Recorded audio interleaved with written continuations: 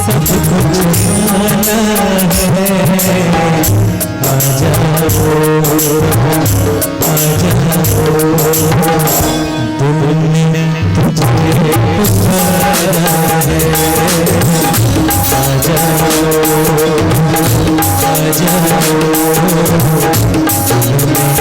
तुझे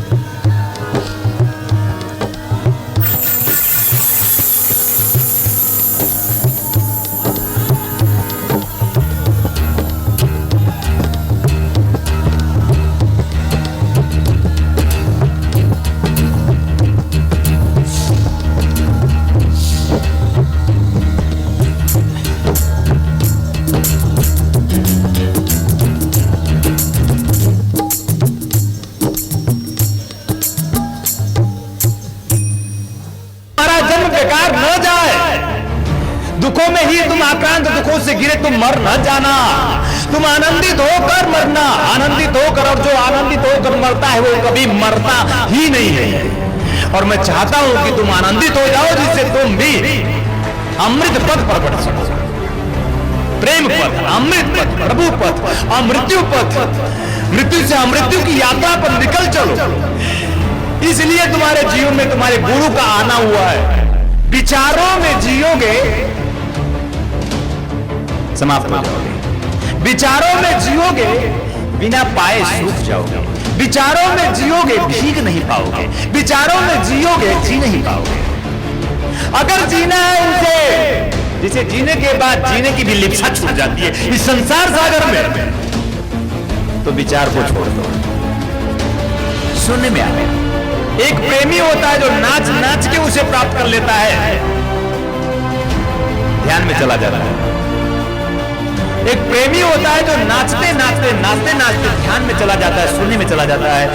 एक बुद्धिजीवी होता है जो ध्यान करते करते शून्य में चला जाता है और नाच जाता है। एक नाच कर पहुंच जाता है, एक पहुंच कर नाच जाता है। कोई रास्ता तो अपना लो अगर तुम मुझे मानते हो। कोई एक रास्ता चाहिए तुम्हें।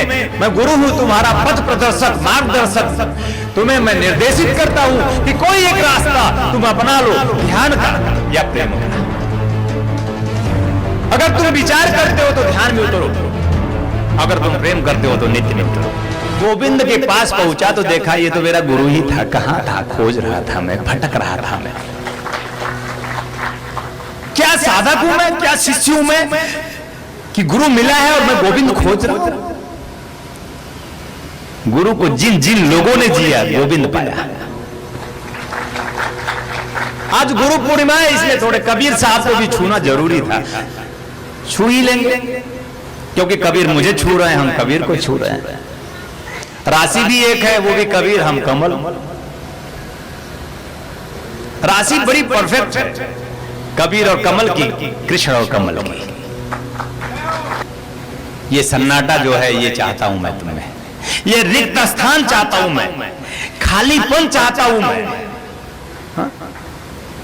इसलिए गुरु हूं, मैं तुम्हें खाली करके जो कुछ भी है खाली, यानी गहन अंधकार भरा हुआ बादलों की तरह, जिसे तुम्हारा अपना चाँद ही छिप गया है। उस चाँद को तुम्हें देखना है, तुम्हारा धर्म, तुम्हारा जन्म इसीलिए हुआ है कि चाँद को तुम्हें देखना है। वो शीतलता तुम्हें पानी है, उस परम प्रकाशक से तुम्हें मुलाकात करनी है। एक कैसी भावना मन में रखना। जन्म तुम्हारा हुआ है, हेतु है प्रकृति की सोची समझी रणनीति। तुम्हारा जन्म बेकार न जाए। दुखों में ही तुम आक्रांत, दुखों से गिरे तुम मर न जाना। तुम आनंदित होकर मरना, आनंदित होकर, और जो आनंदित होकर मरता है वो कभी मरता ही नहीं है। और मैं चाहता हूं कि तुम आनंदित हो जाओ, जिससे तुम भी अमृत पथ पर बढ़ सको। प्रेम पथ, अमृत पथ, प्रभु पथ, अमृत्यु पथ, मृत्यु से अमृत्यु की यात्रा पर निकल चलो। इसलिए तुम्हारे जीवन में तुम्हारे गुरु का आना हुआ है। बार बार माया तुम्हें भ्रमित करती है, बार बार तुम्हारे गुरु के बीच में माया खड़ी होती है। और ये एक प्रक्रिया है परीक्षा लेने की, क्योंकि जब तक तुम जलोगे नहीं, तपोगे नहीं और पूरी तरह आग ही नहीं, शोले नहीं बन जाओगे, तब तक वह परम आग तुम में कैसे अवतरित होगा। शोले बनकर जियो। हमारे गुरुजी कहते थे धू धू करके क्या जीना, है ना? धू धू करके क्या जीना, जब तक जियो शोले बनकर जियो। महावीर से भी लोगों ने पूछा कि क्या है, तो कहते हैं कि नहीं, आत्मा है। परमात्मा पे बहुत प्रश्न होता है, जिस पर कभी कोई प्रश्न नहीं उठना चाहिए उस पर भी प्रश्न उठता। बुद्धिजीवी जो दिमाग में है, जिनकी पूरी ऊर्जा मस्तिष्क में है, वो मस्तिष्क से नीचे उतरते ही नहीं। ऐसे लोगों का ब्रेन हेमरेज होता है। जिनकी पूरी ऊर्जा मस्तिष्क में ही केंद्रित हो जाती है, उनकी नसें फट जाती है। ज्यादातर ब्रेन हेमरेज क्यों बढ़ा?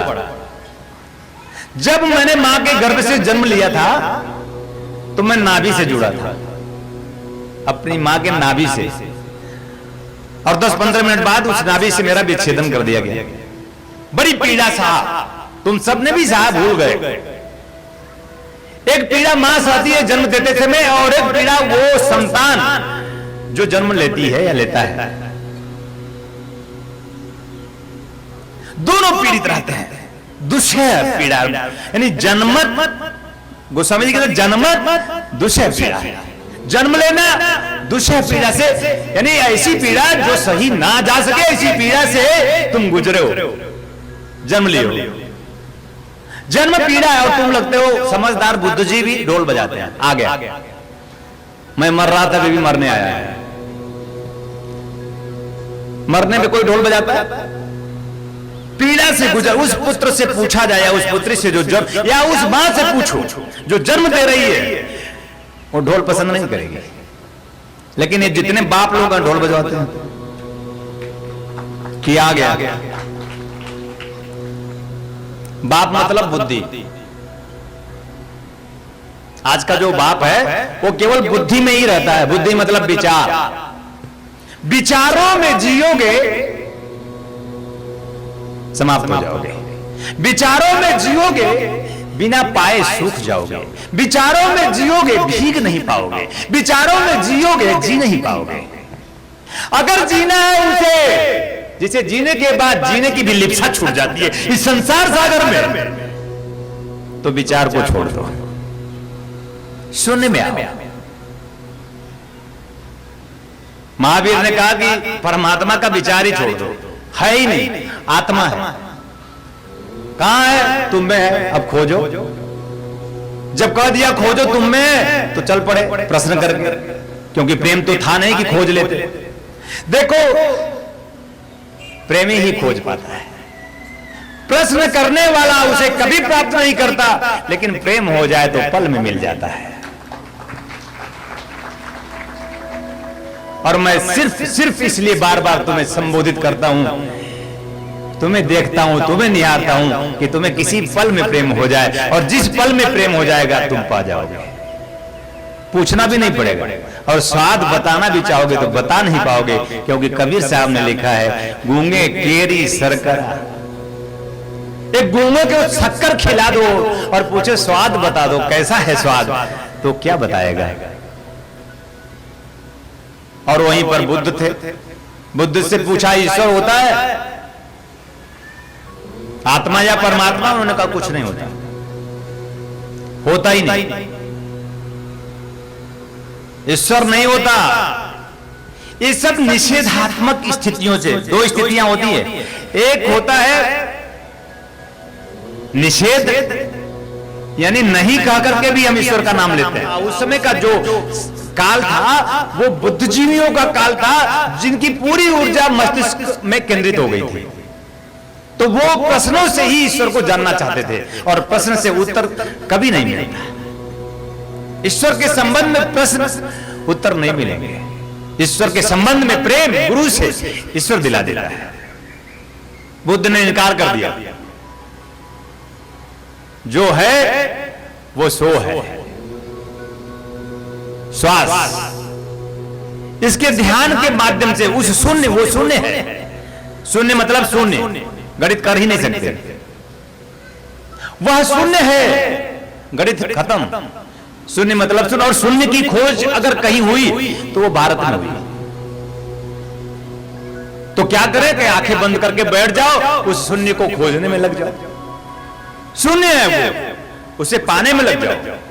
तो जो भी बुद्धिजीवी है, जो भी विचार करते हैं, प्रश्न करते हैं, वो नाच नहीं सकते, वो आनंदित नहीं हो सकते, वो जीवन का उत्सव नहीं मना सकते, वो जीवन का महोत्सव नहीं मना सकते। तो क्या करें? तो आंखें बंद करके ध्यान करें। अगर उत्तर पाना है तो आंखें बंद करके ध्यान करें। और जो प्रेमी होंगे वो नाचेंगे। एक प्रेमी होता है जो नाच नाच के उसे प्राप्त कर लेता है, ध्यान में चला जाता है। एक प्रेमी होता है जो नाचते नाचते नाचते नाचते ध्यान में चला जाता है, शून्य में चला जाता है। एक बुद्धिजीवी होता है जो ध्यान करते करते शून्य में चला जाता है और नाच जाता है। एक नाच कर पहुंच जाता है, एक पहुंच कर नाच जाता है। कोई रास्ता तो अपना लो अगर तुम मुझे मानते हो। कोई एक रास्ता चाहिए तुम्हें। मैं गुरु हूं, तुम्हारा पथ प्रदर्शक, मार्गदर्शक। तुम्हें मैं निर्देशित करता हूं कि कोई एक रास्ता तुम अपना लो, ध्यान का या प्रेम का। अगर तुम विचार करते हो तो ध्यान में उतरो, अगर तुम प्रेम करते हो तो नित्य में उतरो। दोनों वहीं पहुंचेंगे जहां मैं हूं, जहां मैं सदा से था, जहां मैं सदा रहूंगा। स्थिर रुका हुआ, मन से भी ज्यादा तेज गति से चलते हुए भी मैं अपनी ही जगह स्थिर हूं। मन से तेज गति अगर किसी की है तो आत्मा की है, जबकि यद्यपि आत्मा रुकी हुई है, क्योंकि मन का प्रवाह, मन की गति भी आत्मा से ही है। मैं नाच रहा हूं, मैं पुकार रहा हूं, मैं बुला रहा हूं, आओ आओ मेरे समीप आओ, फिर भी मैं चुप हूं, क्योंकि मैं सदा शांत हूं, अविरल प्रवाह हूं, मैं हूं। हो गया हूं, तुम भी हो जाओ। होना जरूरी है, होगे नहीं तो पीड़ा से मुक्त होगे नहीं। पीड़ा ही पीड़ा है जिंदगी में, और पीड़ा जरूरी है। पीड़ा ना हो तो आनंद ना हो, पीड़ा ना हो तो जन्म ना हो। मां को पीड़ा हुई तो तुम्हारा जन्म हुआ, मां को पीड़ा ना होती तो तुम मर जाते। पीड़ा में ही तुम्हारा जन्म होगा। मैं आशीर्वाद देता हूं तुम सबको पीड़ा मिले, ऐसी पीड़ा जो तुम्हें प्रभु दे दे, ऐसी पीड़ा मिले जो तुम्हें प्रेम दे दे, ऐसी पीड़ा मिले जो तुम्हें प्रसाद दे दे, आह्लाद दे दे। कभी कभी मैं जब शरीर से अस्वस्थ होता हूं तो बड़ा आनंद आता है। जब कभी मुझे बुखार हो जाए, मुझे सर्दी हो जाए, तो मेरे आसपास रहो तो बड़े आनंदित रहोगे। हाय मुझे सर्दी हो गई, अब क्या करूं मैं, है ना, बड़े आनंद में रहोगे। लेकिन मैं चूंकि बहुत आनंदित रहता हूं, क्योंकि मैं हर पल उस समय जब शरीर की पीड़ा से गुजरता हूं तो अपने प्रभु में रहता हूं, शरीर से बेलग होकर आनंदित रहता हूं। पीड़ा में उसकी मुझे बहुत याद आती है। पत्रिका निखिल सत्य दर्शन पत्रिका पढ़ो, उसकी मेंबरशिप ले लो, उसकी सदस्यता ले लो। निखिल सत्य दर्शन तुम्हें सत्य का बोध देगा। हर घरों में निखिल सत्य दर्शन पत्रिका जानी चाहिए। उसमें गुरु पूरी तरह क्षमता के साथ कई रूपों में प्रकट होता है, चेतना के रूप में। हर पृष्ठों पे एक नवीन चेतना है। निखिल सत्य दर्शन, कोई भी ऐसा ना हो जो अपने घर में निखिल सत्य दर्शन हर महीने न मंगाए। उसमें लिखा है कि जब महाभारत का युद्ध समाप्त हो गया, तुमने एक किस्सा भी सुना होगा, और जब कृष्ण को जाना हुआ और कुंती से कहते हैं कि कुंती अब तो मैं चलता हूं, तो कुछ मांग ले, वर मांग ले तू। तो कुंती ने कहा कि प्रभु अगर देना है तो दुख दे दो। क्या भक्ति है ना। कुंती से कृष्ण ने कहा कि तू क्या मांग रही है, तू समझती है? अभी 14 सालों तक तुम दुखी थी, 14 सालों तक तुम निराश्रित थी, 14 सालों तक तुम अपने पुत्रों के साथ भटकती रही, दर दर भटकी, फिर भी तू फिर वही मांग रही, दुख। उन्होंने कहा कैसे, इन 14 सालों में आप मेरे साथ थे। जब दुख था केशव, आप हर पल हमारे साथी थे, सहचर थे, मेरे गुरु थे आप। हर पल आपने निर्देशित किया कि कैसे कैसे कैसे कैसे। अरे दुख क्या किया, मेरा दुख मेरा कुछ बिगाड़ नहीं सका केशव, क्योंकि आप मेरे गुरु, मेरे साथी हो, मेरे सहचर हो, मेरे सखा हो। आप मेरे हर पल साथ। इन 14 सालों में ऐसा कोई पल मैंने नहीं देखा कि आप मेरे साथ ना रहे हो। और आज सुख आया तो आप मुझे छोड़कर जा रहे हो। इसलिए हे प्रभु, हे केशव, आप मुझे दुख दे दो जिसे आप हर पल मेरे साथ रहो। ये निखिल सत्य दर्शन पत्रिका के कुछ अंश हैं। ऐसे बहुत सी चेतना उसमें प्रवाहित है। तुम्हारे गुरु की प्राण उसमें प्रवाहित होती है। तुम उस निखिल सत्य दर्शन पत्रिका का सदस्य बनना और दूसरों को भी बनाना, सेवा करना। कुछ तुम्हारे अंदर श्रद्धा है, मैं जानता हूं। तुम मुझे बहुत प्यार करते हो। मैं जब जाऊंगा ये शरीर छोड़कर तो तुम भी रह नहीं पाओगे। कुछ लोग तो मेरे साथ ही चले जाएंगे, क्योंकि मेरा प्राण उनका प्राण हो चुका है, मेरी आत्मा उनकी आत्मा हो चुकी है। वो एक काल आएगा कि पूरी दुनिया देख पाएगी कोई कमलेश्वरन था, उनका शिष्य था, उनके साथ चला गया। विश्वास है मुझे, इतने श्रद्धावान शिष्य मैंने पैदा कर दिया है, इतने प्राण फूंक दिए, अपने प्राणवान शिष्य पैदा कर दिया है। मुझे चिंता है नहीं, और मुझे इसकी कोई लिप्सा भी नहीं, किसी भी चीज की। मैं तो आनंदित हूं, तुम में हर पल खेलना चाहता हूं। इसमें खेल रहा हूं, तुम में भी खेल जाना चाहता हूं। इस शरीर में खेलकर मैं हर पल आनंदित, किसी भी स्थिति परिस्थिति में आनंदित रहता हूं। तुम में भी मैं खेलकर किसी भी विषम परिस्थितियों में, दुख में, चिंता में, परेशानी में, तुम्हारे किसी भी रोने में मैं तुम्हें आनंदित ही देखना चाहता हूं। तुम में भी मैं खेलना चाहता हूं। साथी हूं मैं तुम्हारा, सहचर हूं, सखा हूं मैं तुम्हारा, तुम भी मेरे साथी बनो, सहचर सखा बनो मेरे प्यारे। परम उत्सव, मैं चाहता हूं परम का उत्सव, मैं चाहता हूं परम का उत्सव, मैं चाहता हूं वो परम अवतरित हो, मैं चाहता हूं वो परम जिसे पाने के बाद पाने की किसी भी प्रकार की अभिप्सा मिट जाती है, जिसे पाने के बाद संतोष अवतरित हो जाता है, जिसे पाने के बाद तृप्ति महसूस होता है, जिसे पाने के बाद हर पल आनंदित होता है जीव। इसीलिए मैंने वर्ष में एक बार परम उत्सव रखा कि किसी वर्ष तो सही, मैं तो कहता हूं किसी पल में से, तुम कहते हो किसी पल में तो किसी दिन से, किसी दिन नहीं तो किसी महीने से, हर महीने पूर्णिमा, और नहीं महीने में तो किसी वर्ष में तो पूरा हो जा, किसी वर्ष तो पूरा हो जाऊं प्रभु। एक ऐसी चाहत, आनंदित कर दो, प्रतिष्ठित कर दो, मेरे प्यार को मुझी में समाहित कर दो, अवतरित कर दो, मेरा अवतरण कर दो, मैं भी आपसे हूं अवतरित, अवतार हो जाऊंगा। जी गुरुदेव स्वामी कमलेश्वरानंद जी का संकल्प है एक ऐसे समाज का निर्माण करना जिसमें हम सभी स्वावलंबी हो, आत्मनिर्भर हो। ध्यान योग जन जागृति सेवा संस्थान द्वारा संचालित ब्रह्मानंद बाल विकास केंद्र में उपेक्षित, निराश्रित, अनाथ और दलित वर्ग के बच्चों को बचपन से ही शिक्षा दीक्षा प्रदान कर उनका सर्वांगीण विकास किया जाएगा। ब्रह्मानंद बाल विकास केंद्र के माध्यम से हमें अवसर मिला है इन बच्चों के लिए कुछ करने का। तो आइए हम सभी पूज्य गुरुदेव स्वामी कमलेश्वरानंद जी के संकल्प को पूरा करने में सहयोग करें और शिक्षा दीक्षा और मानव कल्याण के इस महायज्ञ में अपना भरपूर योगदान करें। आप अपना योगदान भूमि अथवा धन किसी भी रूप में दे सकते हैं। योगदान के रूप में आपका दान बैंक ऑफ इंडिया की किसी भी शाखा में ओम निखिलम